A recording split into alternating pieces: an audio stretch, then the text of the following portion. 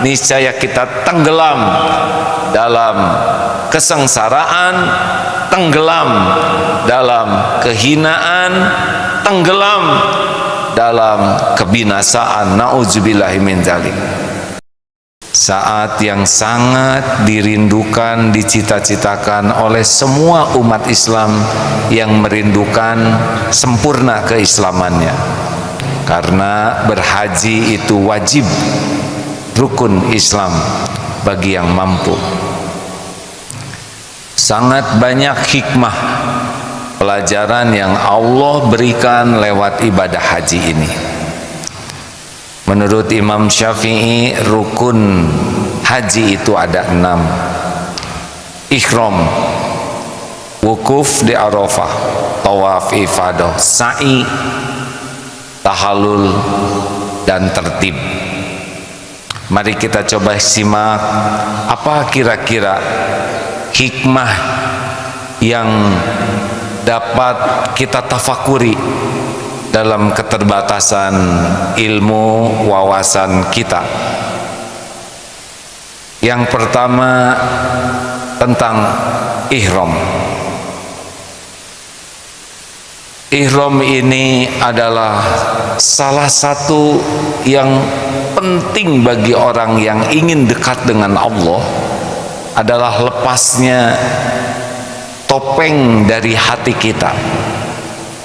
Allah menciptakan kita dan Allah melengkapi kita dengan casing duniawi ini.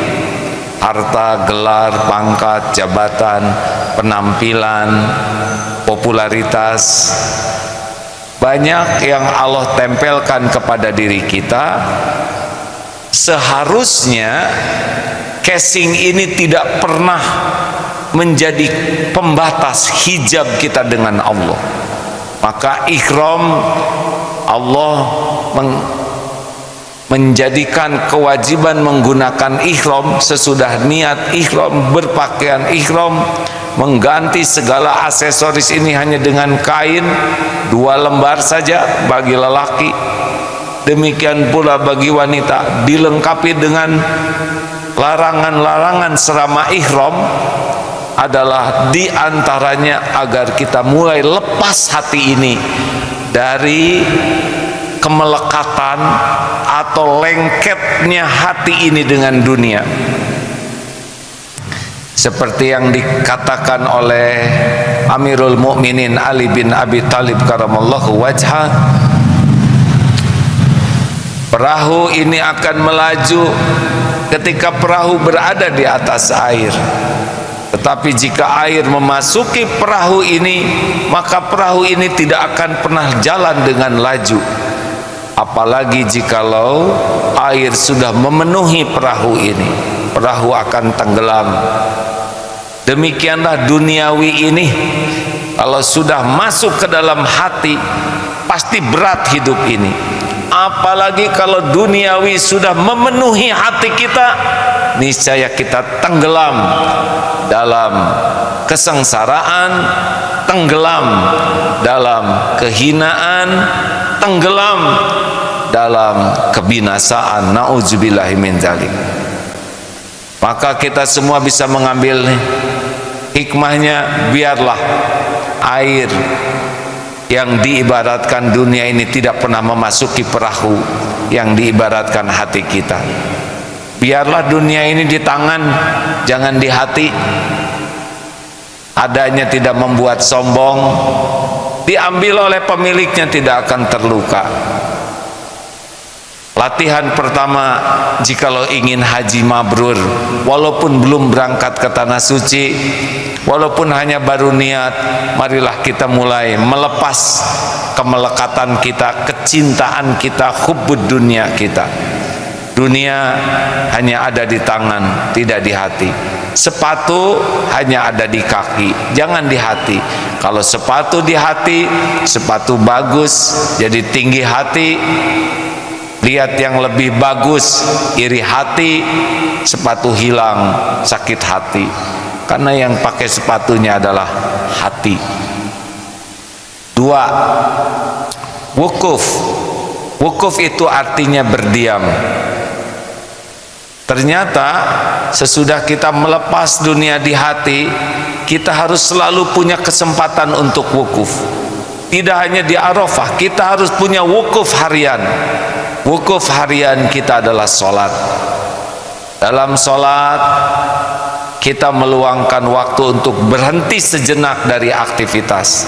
Maka tidak usah tergesa-gesa untuk berangkat kalau sudah sholat. Luangkan waktu untuk tafakur. Wukuf dalam seminggu ada Jumat. Dalam kesibukan kita diberi jeda Jumatan agar kita bisa menafakuri. Dalam setahun kita diberi wukuf Ramadan, apalagi di 10 hari terakhir. Dan dalam seumur hidup Allah memberikan keleluasaan yang sangat spesial bagi yang dijamu di Arafah, yaitu wukuf di Arafah. Arafah, mengenal. Yang paling penting dalam wukuf kita adalah mengenal siapa diri kita, mengenal dosa-dosa yang kita lakukan, mengenal cara untuk bisa memperbaikinya dengan bertobat. Kita harus mengenal Allah Subhanahu wa ta'ala. Kita harus mengenal jalan untuk bisa dekat dengan Allah. Kita harus mengenal apa saja yang membuat kita terhijab dari Allah. Ini perlu diam, hadirin. Kesibukan kita membuat kita bebal. Maka orang yang tidak pernah punya waktu untuk berhenti, nanti ibarat sebuah kalimat tanpa tanda baca, kalimat yang tersambung begitu saja, niscaya kalimat itu nyaris tanpa makna. Orang-orang yang tidak pernah berhenti untuk bertafakur, untuk mengevaluasi diri, untuk mengenali kekurangan, kesalahan yang harus ditobati, untuk mengenali nikmat yang harus disyukuri. Orang yang tidak punya wukuf, tidak punya saat berhenti, tidak baik. Alhamdulillah, Allah yang Maha Agung memberikan kepada kita kesempatan wukuf yang lama dengan adanya wabah ini. Seharusnya Allah menghentikan aktivitas yang banyak dari keseharian kita, kita gunakan untuk mengenal diri. Ada ungkapan, man arafa nafsahu faqad arafa rabbah. Barang siapa yang mengenal dirinya akan mengenal Tuhannya. Kenalilah nikmat yang Allah berikan kepada kita. Kalau mata ini bisa berlinang air mata mengingat kebaikan Allah, itu nikmat besar yang jarang orang memilikinya. Karena kalau kita sudah berhasil mengenal karunia Allah kepada kita, kita akan optimis menghadapi hidup ini. Tidak takut menghadapi masa depan tentang karunia Allah, karena kita sudah berhasil mengenalnya. Orang-orang yang cemas dengan pemberian Allah di masa-masa yang akan datang adalah orang yang tidak pernah tafakur dengan jaminan Allah di masa yang lalu. Lalu kita pun harus menafakuri apa yang kita lakukan dengan karunia ini. Niscaya akan ada air mata yang kedua yang keluar, karena dengan nikmat yang Allah beri, selain kita tidak bersyukur, bahkan kita sering menggunakan nikmat itu untuk melanggar perintah Allah, untuk maksiat, untuk mengkhianati Allah. Insya Allah kalau kita bisa menangisi pengkhianatan kita kepada Allah, itu adalah kepedihan, itu adalah air mata yang penuh berkah. Sedikit orang yang bisa menangisi dosanya. Orang tidak bisa menangis kecuali dia mengenal. Inilah pentingnya dari wukuf, hadirin.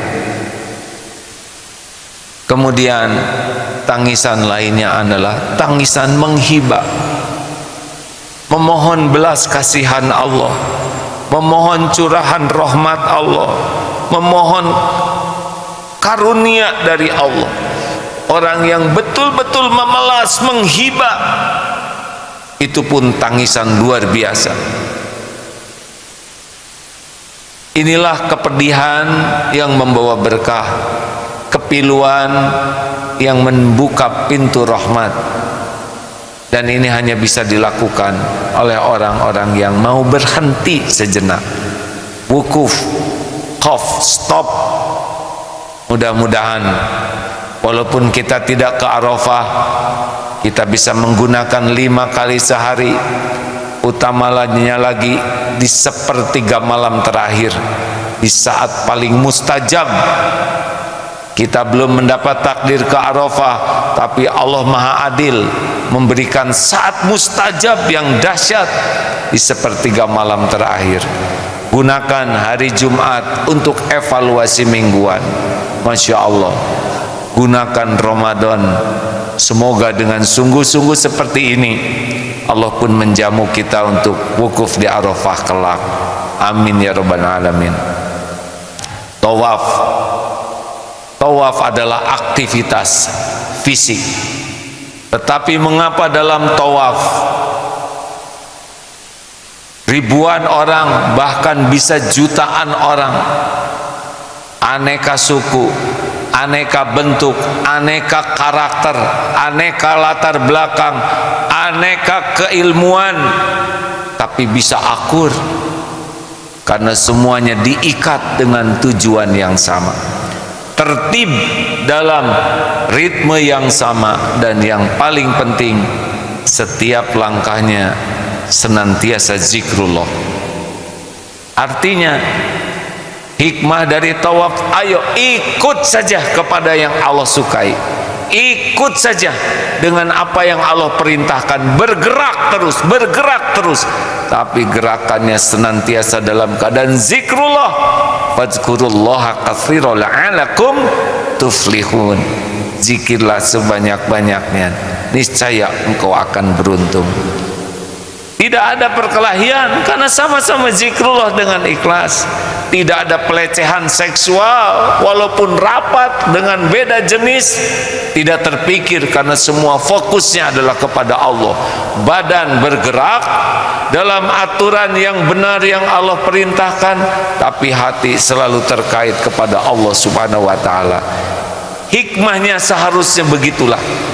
Sesudah kita melepaskan ikatan dunia dari hati, kemudian kita tafakuri mana yang bisa mendekatkan kepada Allah, mana yang bisa menghijab dari Allah. Bergerak dalam kehidupan ini, tidak boleh diam. Sepeda akan jalan dengan nikmat kalau dia bergerak, tapi kalau diam jatuh. Tapi bergeraknya harus bergerak dalam aturan Allah. Jikalau orang berdusta, jikalau orang melanggar, ketahuilah bahwa setiap orang yang berbohong, fitrah otak kita itu maunya jujur. Maka orang-orang yang berbohong, dia akan bekerja keras pikirannya seperti orang yang melanggar perputaran tawaf. Berat sekali. Demikian pula sesungguhnya orang-orang yang sibuk melanggar perintah Allah, berat di hatinya walaupun disukai oleh nafsunya.